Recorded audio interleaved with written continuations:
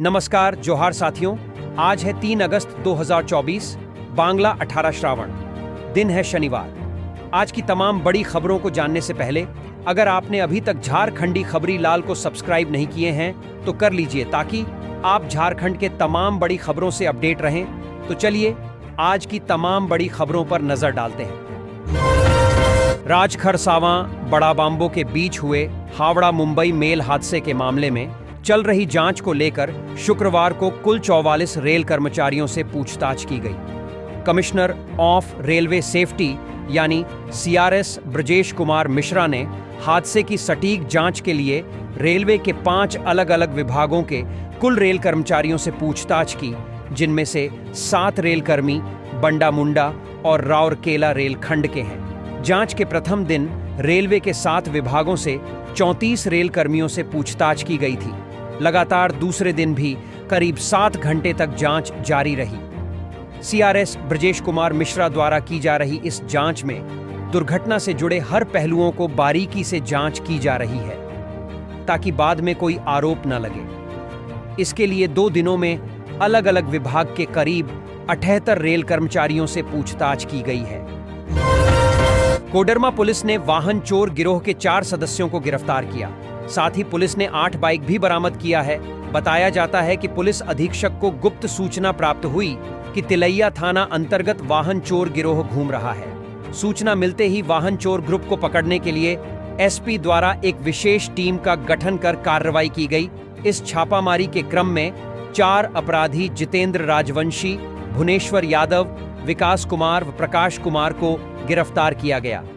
गिरफ्तार अभियुक्तों ने बताया कि वे बाइक चोरी के उद्देश्य से आए हैं। गिरफ्तार अभियुक्त के पास से 8 बाइक बरामद की गई।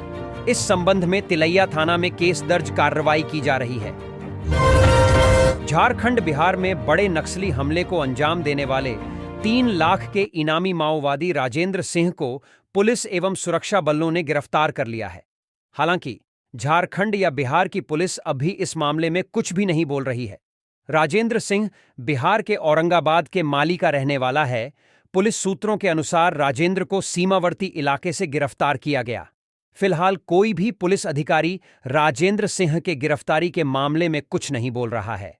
राजेंद्र झारखंड के पलामू और बिहार के गया एवं औरंगाबाद के इलाके में सक्रिय था। बिहार सरकार ने राजेंद्र पर 3 लाख रुपए का इनाम रखा हुआ था। वह 15 लाख के इनामी माओवादी कमांडर नितेश का बेहद करीबी बताया जाता है। वह बिहार के छकरबंधा इलाके में सक्रिय था। राजेंद्र कई बड़े नक्सली कांडों का आरोपी भी है। लातेहार पुलिस ने एक स्विफ्ट डिजायर कार जिसका नंबर है UK 07BK 0347 गाड़ी से 45.1 किलोग्राम गांजा बरामद किया है।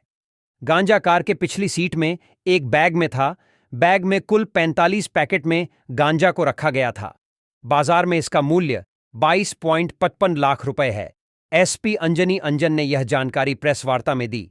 उन्होंने बताया कि शुक्रवार को सूचना मिली थी कि एक स्विफ्ट डिजायर कार में मादक पदार्थ ले जाया जा रहा है।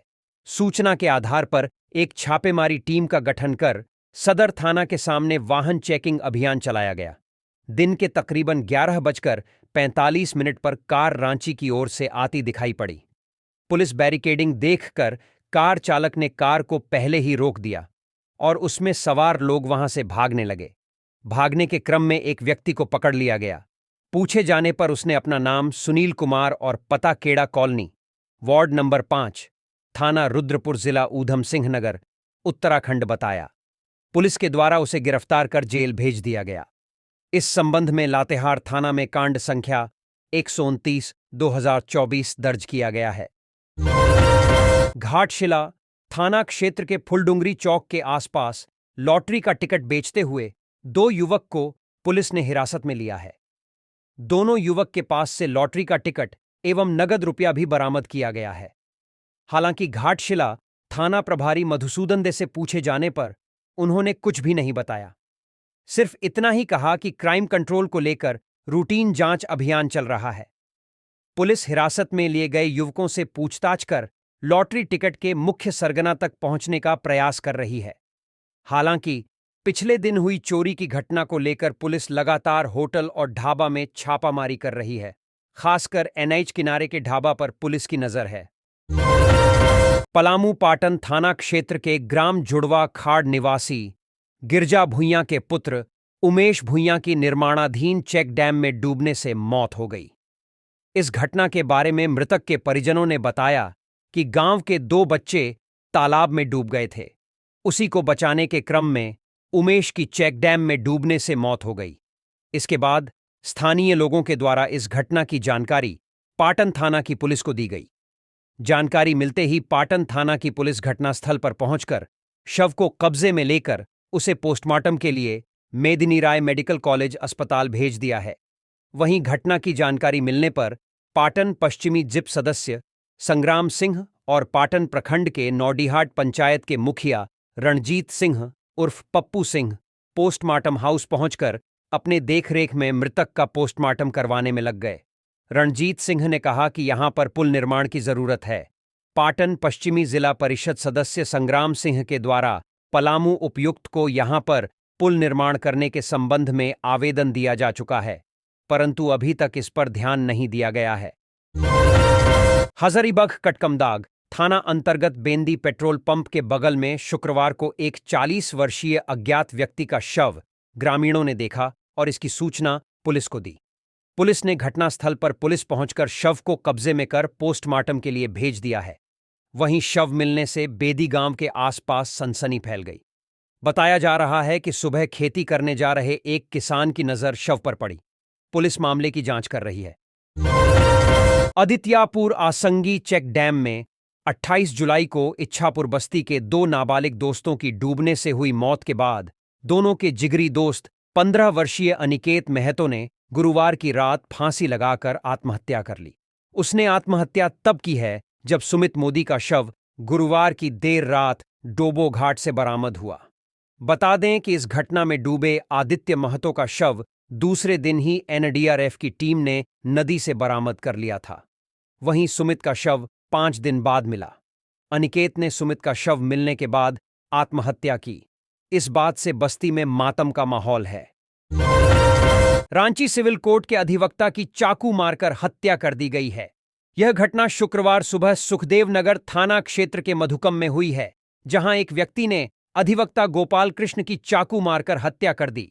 घटना के संबंध में बताया जा रहा है कि अधिवक्ता गोपाल कृष्ण सुखदेव नगर थाना क्षेत्र स्थित अपने मधुकम आवास के पास खड़े थे।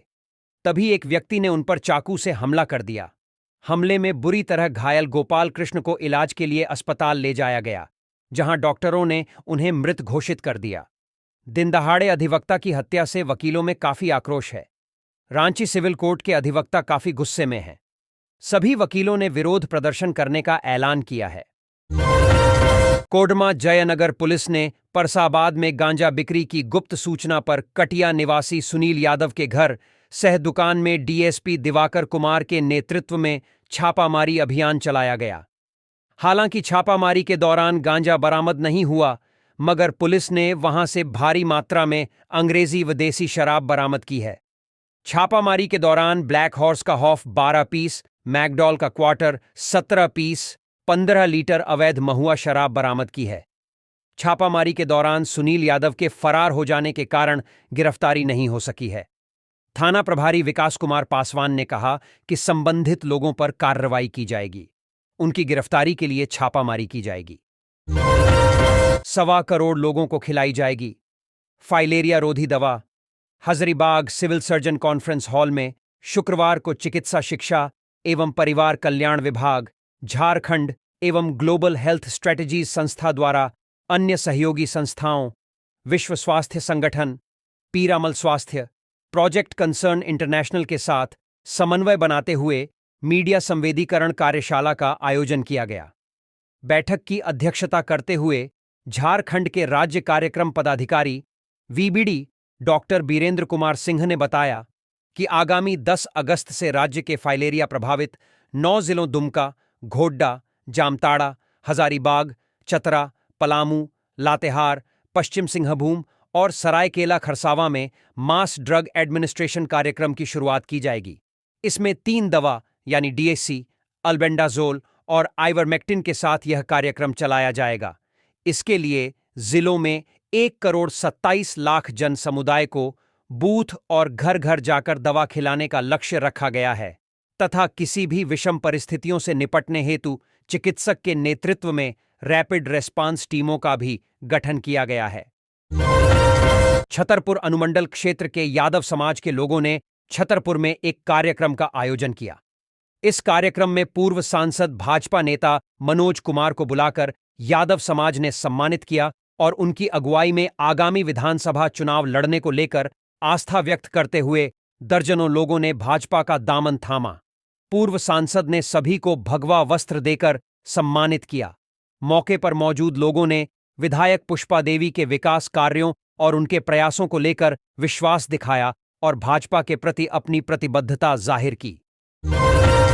कांग्रेस झारखंड की सभी 81 विधानसभा सीटों पर चुनाव लड़ने की तैयारी कर रही है। पार्टी को मजबूती प्रदान की जा रही है। संगठन के हरेक कार्यकर्ता मैदान में संगठन का काम कर रहे हैं।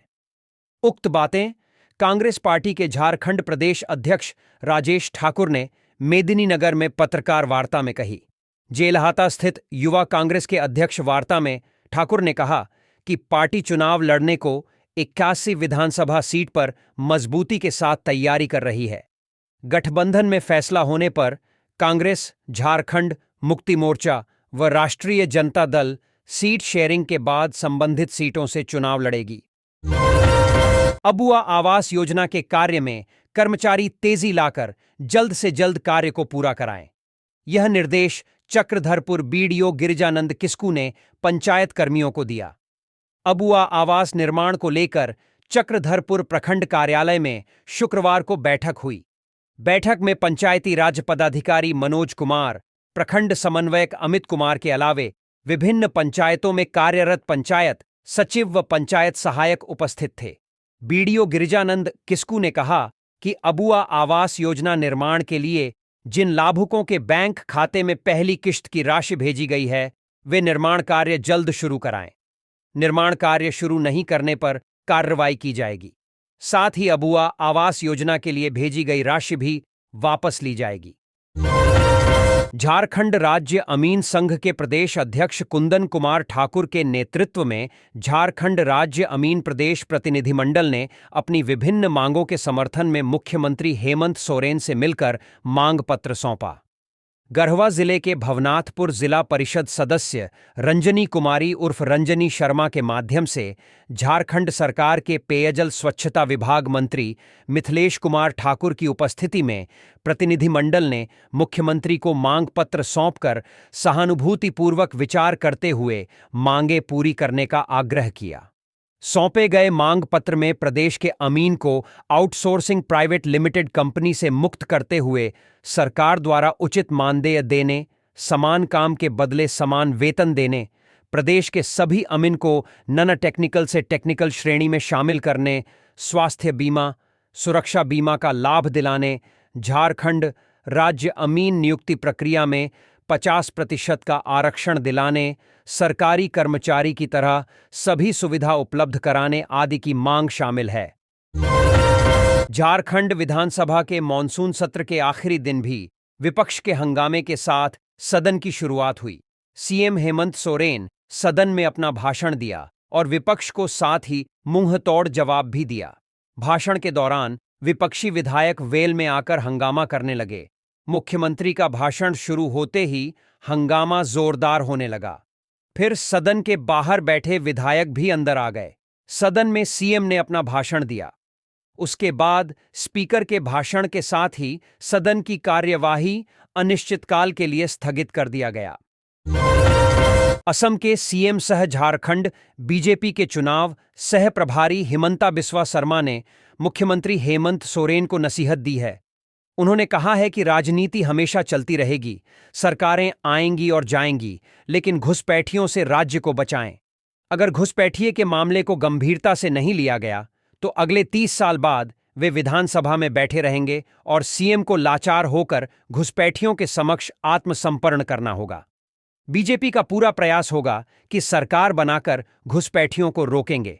उन्होंने कहा कि पाकुड़ के गायबाथान में घुसपैठियों ने कब्जा कर लिया है। प्रशासन भी कुछ नहीं कर पा रहा है। इस पर त्वरित कार्रवाई होनी चाहिए। उन्होंने कहा कि यह सभी राजनीतिक दलों की जिम्मेवारी बनती है इस ज्वलंत घटनाक्रम से राज्य को बचाया जाए। यह सीधे डेमोग्राफी पर हमला है। सरकार इस मसले को गंभीरता से लेते हुए कार्रवाई करें। कांग्रेस विधायक नेहा शिल्पी तिर्की ने सदन में भुइंहर मुंडा जाति का मुद्दा उठाया, जो अपनी जाति की पहचान को कायम रखने के लिए 24 साल से संघर्ष कर रहे हैं। विधायक ने कहा कि झारखंड राज्य के अनेक अनुसूचित जनजाति और अनुसूचित जाति जैसे भुइंहर मुंडा, खूंटकटी मुआइंडा, कंपाट मुंडा, चीक बड़ाइक, भैया, पाइक, लोहरा, लोहार, चीक बड़ाइक, स्वांशी, घटवार, घटवाल आदि समुदायों के खतियान में लिपिकीय त्रुटि के कारण उनकी मूल अनुसूचित जाति या जनजाति के स्थान पर अन्य असंगत जाति या तथ्य दर्ज हो गए हैं, जिसके कारण उक्त जातियों के संबंधित लोगों को अनेक कठिनाइयों का सामना करना पड़ रहा है और वे सभी अपने संवैधानिक अधिकारों से वंचित हैं। हजारीबाग क्षेत्रीय सांसद मनीष जायसवाल को संसद की प्राक्कलन समिति 2024 और 25 के सदस्य के रूप में नामित किया गया है। इस समिति में कुल 30 सदस्य होते हैं, जिनमें सभी लोकसभा से होते हैं। इस संबंध में जायसवाल ने इस पर खुशी जताई है।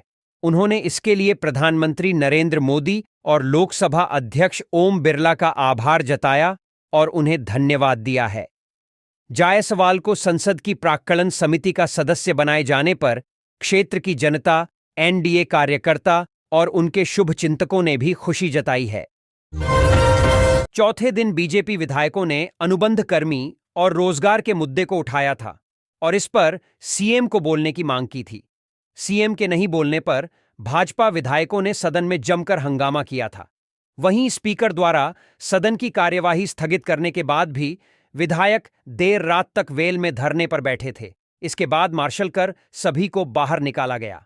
देर रात करीब 12:45 मार्शल ने विधायकों को लॉबी से बाहर कर दिया। इसके बाद भाजपा के विधायक विधानसभा के सीढ़ियों पर रात भर सोए। 5वें दिन जब सदन की कार्यवाही शुरू हुई तो भाजपा विधायक फिर से सदन में हंगामा करने लगे। इस दौरान भाजपा विधायक शशिभूषण मेहता और रणधीर सिंह लेखक टेबल पर चढ़कर हंगामा करने लगे। हंगामे और विधायकों के इस रवैये से नाराज होकर स्पीकर ने 18 विधायकों को कार्य संचालन नियमावली के तहत 2 अगस्त के दोपहर 12 बजे तक के लिए निलंबित कर दिया था। झारखंड विधानसभा के मानसून सत्र के अंतिम दिन 4 विधेयक ध्वनिमत से पारित हो गए। इन विधेयकों में झारखंड अग्निशमन सेवा विधेयक 2024, झारखंड कारा एवं सुधारात्मक सेवाएं विधेयक 2024, झारखंड खनिज धारित भूमि उपकर विधेयक 2024 और झारखंड निजी विश्वविद्यालय विधेयक 2024 शामिल हैं। सबसे पहले झारखंड अग्निशमन सेवा विधेयक 2024 को प्रभारी मंत्री बैजनाथ राम ने सदन में रखा। इस पर लंबोदर महतो ने विधेयक को प्रवर समिति में भेजने का आग्रह किया। कहा कि एक दिन पहले ही विधेयक की कॉपी मिली है, इसका अध्ययन नहीं कर पाए हैं। राज्य में अग्निशमन की भयावह स्थिति है। अनुमंडल तक ही दमक्कल रहता है। प्रखंड तक पहुंचते पहुंचते सब कुछ जलकर खाक हो जाता है। इसे और अधिक जनोपयोगी बनाना चाहिए था। इस पर प्रभारी मंत्री ने कहा कि वर्तमान और भविष्य की चुनौती को देखते हुए यह विधेयक लाया गया है। स्थानीय नगर निगम कार्यालय आदित्यपुर में निगम प्रशासक रवि प्रकाश की पहल पर उद्यमी संगठनों और नगर निगम के पदाधिकारियों के बीच औद्योगिक क्षेत्र में होल्डिंग टैक्स पर विचार विमर्श के लिए बैठक हुई। सभी उद्यमियों ने एक स्वर से इस विषय पर विभिन्न उदाहरण देकर औद्योगिक क्षेत्र में होल्डिंग टैक्स नहीं लागू होने देने के संवैधानिक प्रावधानों की चर्चा की। उद्यमियों ने कहा कि एक ही क्षेत्र में एक ही प्रकार के सेवा कार्य के लिए 2 सरकारी विभाग द्वारा कर वसूलने की बात सर्वथा अनुचित है। ज़्यादा द्वारा आवंटित सभी भूखंड लीज पर है, न कि किसी उद्यमी के स्वामित्व में है। पूरा औद्योगिक क्षेत्र किसी भी वार्ड में विभाजित भी नहीं है। नगर निगम भी कोई सेवा प्रदान नहीं करती है। अतः इस क्षेत्र में होल्डिंग टैक्स लागू ही नहीं होना चाहिए। पश्चिम सिंहभूम में मुख्यमंत्री मनीया सम्मान योजना के तहत 3 अगस्त से 10 अगस्त तक विशेष शिविर का आयोजन किया जाएगा। इस दौरान महिलाओं से आवेदन भरवाया जाएगा ताकि उन्हें प्रत्येक माह झारखंड सरकार की ओर से 1000 रुपये प्राप्त होता रहे। सरकार यह राशि महिलाओं के उत्थान के लिए दे रही है। भाजपा छोड़कर कांग्रेस से लोकसभा चुनाव लड़ने वाले जयप्रकाश भाई पटेल ने अपनी सदस्यता रद्द किए जाने के खिलाफ हाई कोर्ट का दरवाजा खटखटाया है। जयप्रकाश भाई पटेल ने स्पीकर कोर्ट द्वारा उनकी सदस्यता रद्द किए जाने के फैसले को चुनौती दी है। अपनी याचिका में उन्होंने कहा है कि स्पीकर कोर्ट ने उनका पक्ष सुने बिना फैसला दिया, इसलिए उनकी सदस्यता बहाल की जानी चाहिए। बता दें कि 25 जुलाई को विधानसभा के स्पीकर कोर्ट द्वारा उनकी सदस्यता रद्द कर दी गई थी। झारखंड विधानसभा के मॉनसून सत्र के छठे और आखिरी दिन भाजपा विधायकों ने सदन के बाहर सांकेतिक रूप से बालू बेचकर धरना प्रदर्शन किया।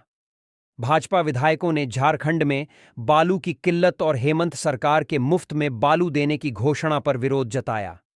धरने पर विधायकों ने कहा कि जिस तरह 5 लाख नौकरी मिली, अन्य योजनाओं का लाभ मिला, उसी प्रकार बालू भी मिलेगा। वहीं दूसरी तरफ सत्ता पक्ष के विधायकों ने भी भाजपा पर तंज कसा है। मंत्री बना गुप्ता ने कहा कि बीजेपी ने देश ही बेच दिया तो बालू क्या चीज है।